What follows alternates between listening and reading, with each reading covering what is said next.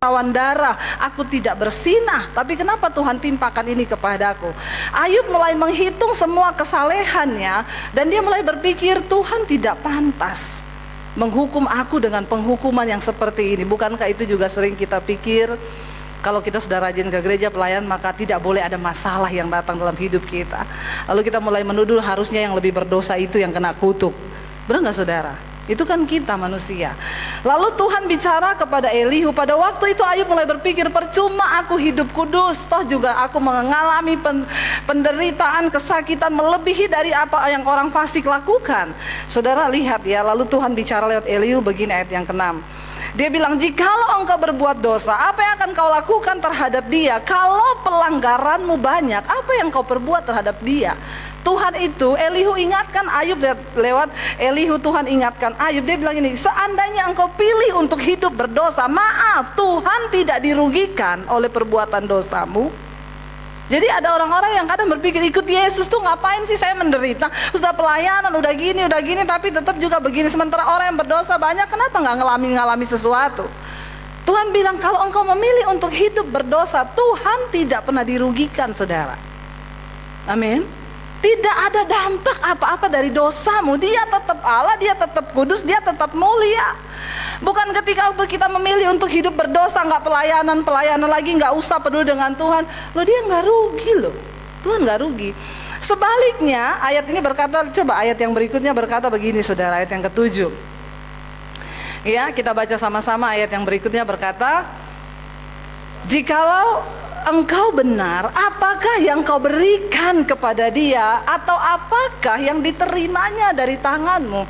Sebaliknya, kalau engkau hidup benar, engkau berbuat baik, maaf, Tuhan tidak diuntungkan dari perbuatan baik, saudara.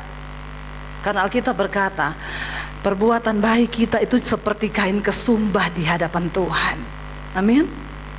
Kalau kita berkata aku sudah bayar perpuluhan, saudara, bukan. Jadi banyak orang berpikir waktu saya bayar perpuluhan, Tuhan untung. Sorry, engkau bayar perpuluhan, yang untung bukan Tuhan. Amin. Benar nggak? Emang Tuhan untung, dia butuh duit?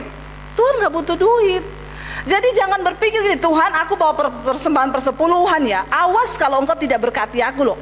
Maaf loh saudara, apakah Tuhan yang untung? Engkau mau buat Tuhan nggak pernah tertarik dengan uangmu.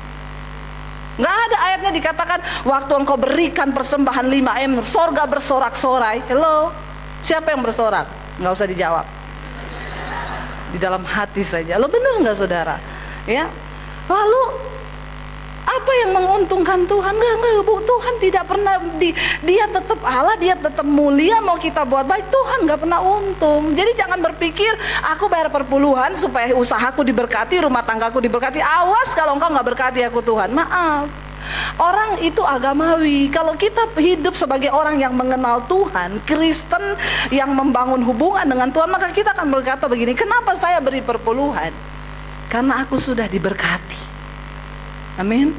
Loh sebenarnya kan dari hidup kita ini bukan cuma 10 punya Tuhan, 100%. Bahkan nafas kita tuh punya Tuhan, bener nggak? Nah kenapa kita memberi persembahan? Bukan supaya diberkati, karena Tuhan sudah memberkati, bener nggak? Jangan main judi sama Tuhan. Amin. Loh orang ditanya kenapa ke Gunung Kawi? Biar diberkati, anak-anak diberkati, bisnis diberkati. Kenapa ke gereja? Biar diberkati. Terus kalau Tuhan gak berkati, masalah buat lo. Halo saudara, enggak. Kekristenan itu harus mencapai satu tingkat kedewasaan kita mengenal Tuhan dengan benar. Amin. Lalu ayat berikutnya bilang begini saudara, ya, Elihu menegaskan lagi kepada Ayub, coba lihat, jika engkau, ya, ayat berikutnya, ya,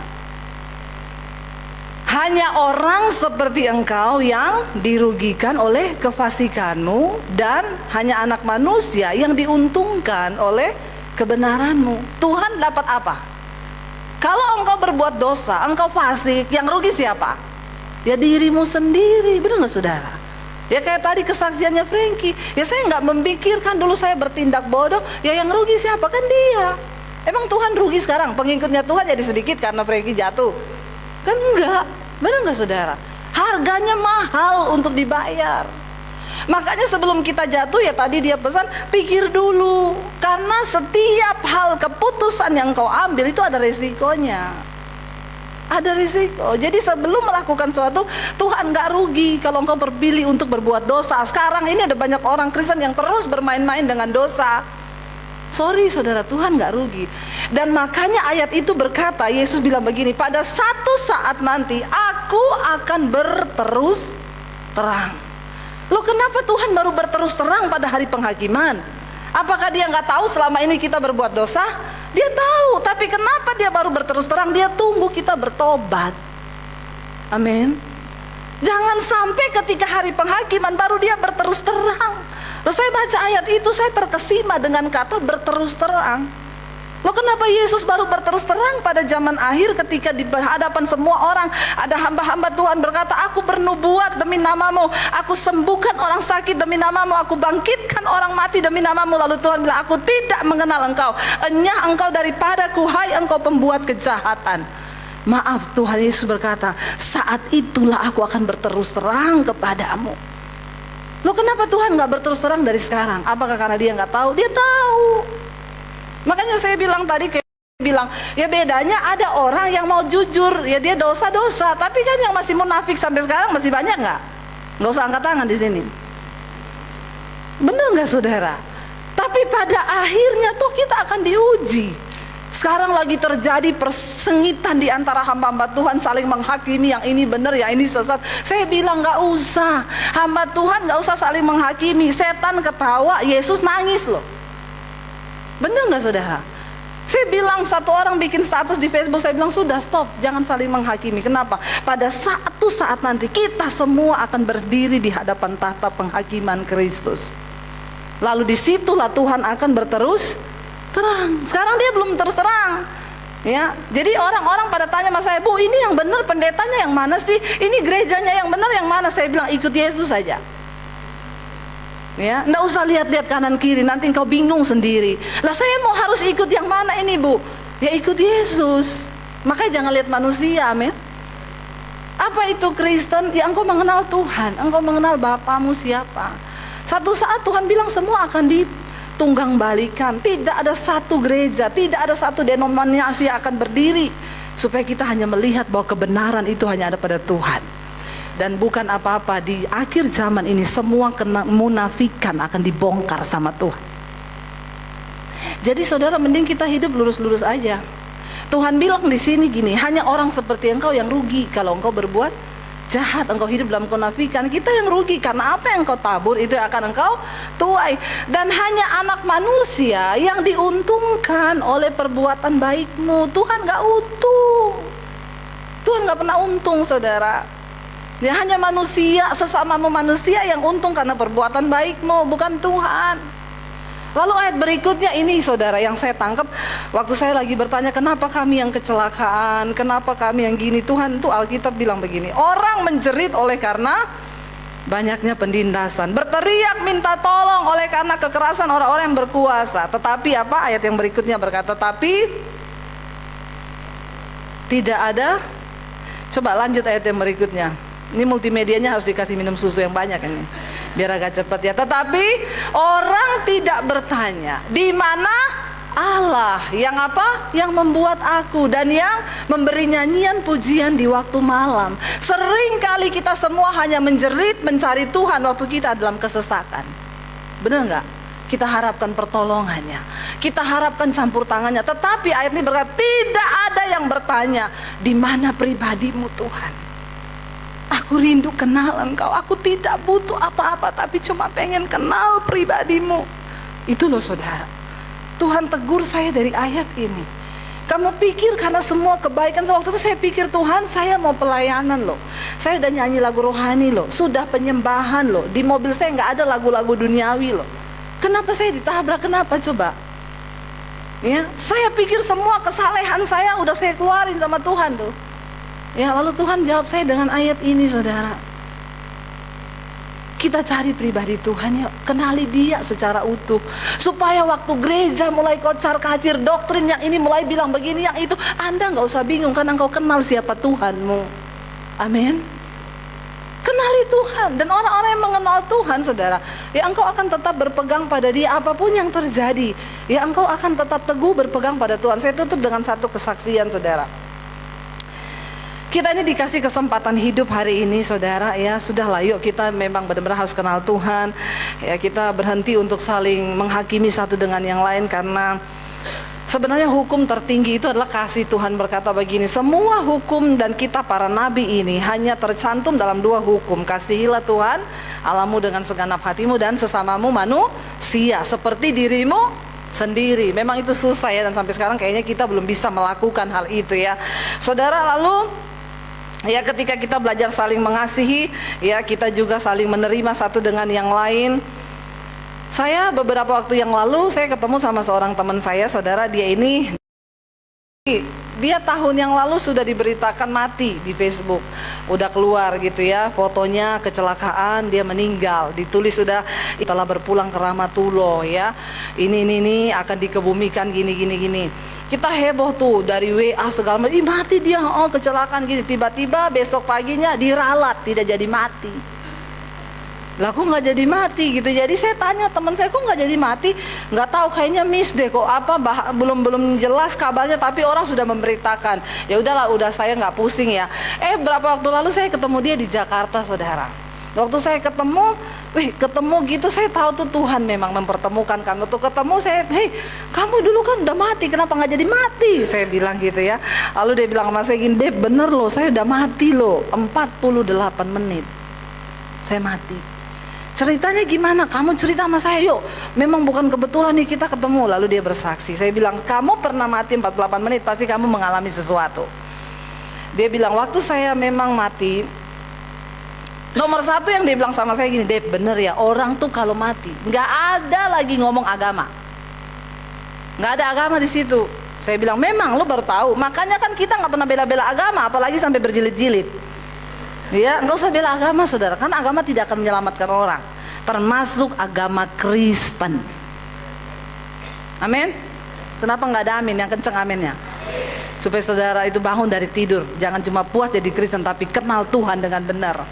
Lalu saya bilang, emang nggak ada? Iya, jadi ceritanya gini deh. Waktu saya mati, saya lihat jasad saya tergeletak di jalan raya, itu berdarah-darah.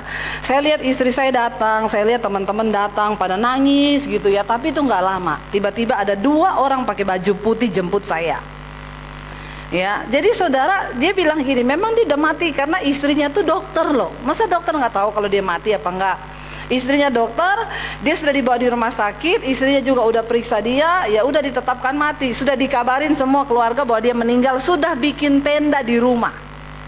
Sudah diumumin di masjid, innalillahi wa inna ilaihi rajiun, karena dia laki-laki dikatakan almarhum akan dikebumikan ya. Kalau perempuan almarhumah, kalau banci aluminium. Jadi jangan jadi banci ya, karena Anda sebutannya nanti aluminium. Aluminium itu cuma buat bikin lemari ya, tidak ada tempat di surga. Bertobat. Lalu sudah diumumin, saudara, udah dibikin tenda segala macam, tiba-tiba dia hidup. Jadi dia cerita gini, dia dibawa di tingkat langit pertama. Dia bilang di tingkat langit pertama itu, Dep, yang saya lihat orang-orang yang sudah mati. Semua, mama saya, papa saya, teman-teman yang udah mati. Terus kamu bisa ngobrol? Enggak, saya nggak bisa ngomong sama mereka. Tapi ada ekspresi, ada yang tersenyum, ada yang menangis, ada yang tersiksa. Mungkin sesuai amal perbuatan mereka di dunia. Ya, saya nggak bisa ngomong, cuma lihat aja mereka. Lalu tiba-tiba saya dibawa lagi naik sampai ke tingkat langit ke-7. Nah, waktu sampai di tingkat langit ke-7, dia bilang saya melihat cahaya. Lalu di situ saya disuruh pulang. Ada suara yang berkata, kamu belum saatnya mati, pulang kamu ke bumi. Lalu saya balik lagi ke bumi. Saya tahan dia gini, tunggu dulu. Kamu sampai di tingkat langit ke-7, kamu bilang kamu ketemu cahaya. Kamu ketemu dengan Sang Maha Kuasa berarti, karena dia suruh kamu pulang lalu kamu hidup lagi. Pertanyaan saya, di langit ke-7 itu kamu lihat sosok siapa? Ini penting buat kita, bener nggak saudara? Mumpung dia kan udah kesana kan. Jadi kita nggak usah pergi ke sana dulu kan. Sampai mau pergi ke sana cari tahu. Ya, iya, kalau kita pergi masih balik, kalau nggak balik cilaka saudara. Bener nggak ya? Mumpung dia udah ke sana, jadi saya desak dia sudah sampai di tempat yang maha kuasa loh, yang suruh dia pulang lagi. Saya bilang, ada siapa yang kamu lihat? Cerita dong. Sumbokong kah di sana? Lo bener nggak saudara? Atau si buta dari goa hantu atau Nyi Roro Kidul? Kan penting buat kita. Dia sebenarnya tadinya nggak mau cerita karena dia memang bukan agama Kristen, dia dari seberang. Dia bilang gini, Deb, iya saya lihat sosok di sana. Siapa yang kamu lihat? Ngomong cepet, siapa? Dengan suara yang sedikit pelan dia bilang, iya saya lihat sosok di sana. Kamu tahu siapa yang berdiri di sana? Isa Al-Masih. Tepuk tangan buat Tuhan kita. Saudara, kita sudah datang ke tempat yang benar. Engkau sudah menuju kepada iman yang benar. Orang yang bukan Kristen telah bersaksi, dia sampai ke tempat yang bisa suruh dia pulang, dan dia lihat ada Tuhan Yesus yang berdiri di sana. Jangan sampai kita sudah sampai di tempat yang benar, tapi kita semua tidak mencapai tujuan kita nanti. Amin. Pengenalan yang benar akan Tuhan harusnya membawa iman kita semakin cinta Tuhan. Kita bukan ini, saya nggak mau berdosa, kenapa takut masuk neraka? Nggak usah. Kenapa kita nggak mau berbuat dosa? Karena kita nggak mau lukai hati Tuhan. Bener nggak? Loh, kalau kita mau berhubungan intim dengan Tuhan, Tuhan tuh bicara kok sama kita. Tuhan tuh kasih tahu di dalam hati nurani kita ada hukum-hukum Tuhan. Karena Alkitab berkata, ayat firman Tuhan bilang, aku menulis hukum-hukumku di dalam hati nurani manusia. Saudara tahu ada yang di jambret di Cempaka Putih dulu, perempuan yang lagi naik motor, tasnya ditarik, itu nggak ketangkap polisi pelakunya, karena polisi bilang cuman ketangkap dari CCTV, jaketnya warna merah, tapi plat nomornya nggak ketangkap karena jauh sekali. Tiba-tiba kenapa dia bisa ketangkap, saudara? 3 hari waktu dia lihat berita itu perempuan mati, 3 hari dia nggak pulang ke rumah, dia dikejar sama hati nuraninya. Dia tertuduh merasa berdosa. Loh, siapa yang bicara di hati nurani kita? Itu Tuhan, karena dia menaruh hukumnya di dalam hati nurani kita. Mau engkau ke gereja, mau engkau ke masjid, mau engkau kemanapun, Tuhan itu sudah taruh hukumnya. Ada di dalam hati setiap manusia. Jadi waktu kita mau buat dosa itu sebenarnya Tuhan udah bicara. Kenapa engkau ke gereja? Supaya engkau diingetin lagi, amin. Tapi sebenarnya sudah ada suara Tuhan itu dalam hati kita. Nah, kenapa dia sampai ditangkap polisi? Dia puter-puter nggak mau pulang, merasa berdosa, dikejar hati nuraninya. Akhirnya dia pergi sama omnya di Tangerang. Dia ngomong, Om, ini bukan orang Kristen loh, bukan orang yang sekolah Alkitab, bukan. Dia orang yang tidak mengenal Yesus. Dia merasa berdosa, dia pergi ke rumah omnya sambil nangis. Om, aku berdosa. Kenapa? Om lihat berita di TV yang ada perempuan mati di jambret tasnya, itu aku pelakunya. Om, antar aku ke kantor polisi. Saya yakin orang kayak begini ini masuk surga, saudara. Amin. Kenapa? Saudara ingat nggak Yesus berkata orang Farisi berdoa sama pemungut cukai, mereka sama-sama berdiri di pelataran Tuhan. Yang satu doanya begini, aku bersyukur kepada Tuhan, aku hidupku gak kayak pemungut cukai itu loh. Aku bayar perpuluhan, aku kasih persembahan, aku berdoa setiap hari, aku berpuasa. Sementara orang cukai ini datang ini, Tuhan, aku untuk menginjak pelataranmu saja aku tidak layak. Tuhan bilang, doanya siapa yang didengar? Doanya siapa? Orang yang merasa dia nggak layak, ya. Agama membuat kita jadi sombong rohani, tetapi pengenalan yang benar akan Tuhan membuat kita ini nggak ada apa-apanya di hadapan Tuhan. Nah, karena kita merasa Tuhan itu segala-galanya, kenapa kita nggak mau bersinah? Kenapa kita nggak mau nyolong? Kenapa kita nggak mau berdosa? Karena kita nggak mau nyakiti hati Tuhan. Amin. Nah, saya bisa nggak bersinah? Bisa, saudara. Saya ini cantik loh, banyak yang senang. Langsung senang ya dibilang begitu ya, kayaknya langsung wih ya. Kenapa, saudara? Loh, saya bisa, saudara, melakukan orang nggak tahu, saya bisa diam-diam kok. Kenapa saya nggak mau melakukan? Saya nggak mau menyakiti hati Tuhan. Dia yang sudah beri segala-galanya buat saya. Kita bikin dosa sedikit aja Tuhan tuh udah bicara, dan kita merasa saya nggak mau lukai hati Tuhan, apalagi kita melakukan dosa yang terlalu. Bukan, jadi kenapa? Pengenalan yang benar akan Tuhan akan menuntun kita sampai pada tujuan yang sesungguhnya. Tapi kalau engkau cuma jadi Kristen agamawi, sorry saudara, engkau gak akan pernah temukan tempatnya Tuhan yang sesungguhnya. Kita minta Frankie nyanyi satu lagu lagi ya. Eki, nyanyi lagu itu loh, putih penuh cahaya. Yuk ya, satu saat kita akan pergi ke sana saudara ya. Ini lagu saya suka sekali.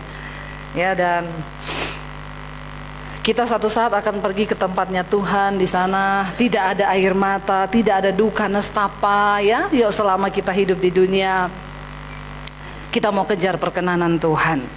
Kita bangkit berdiri sama-sama.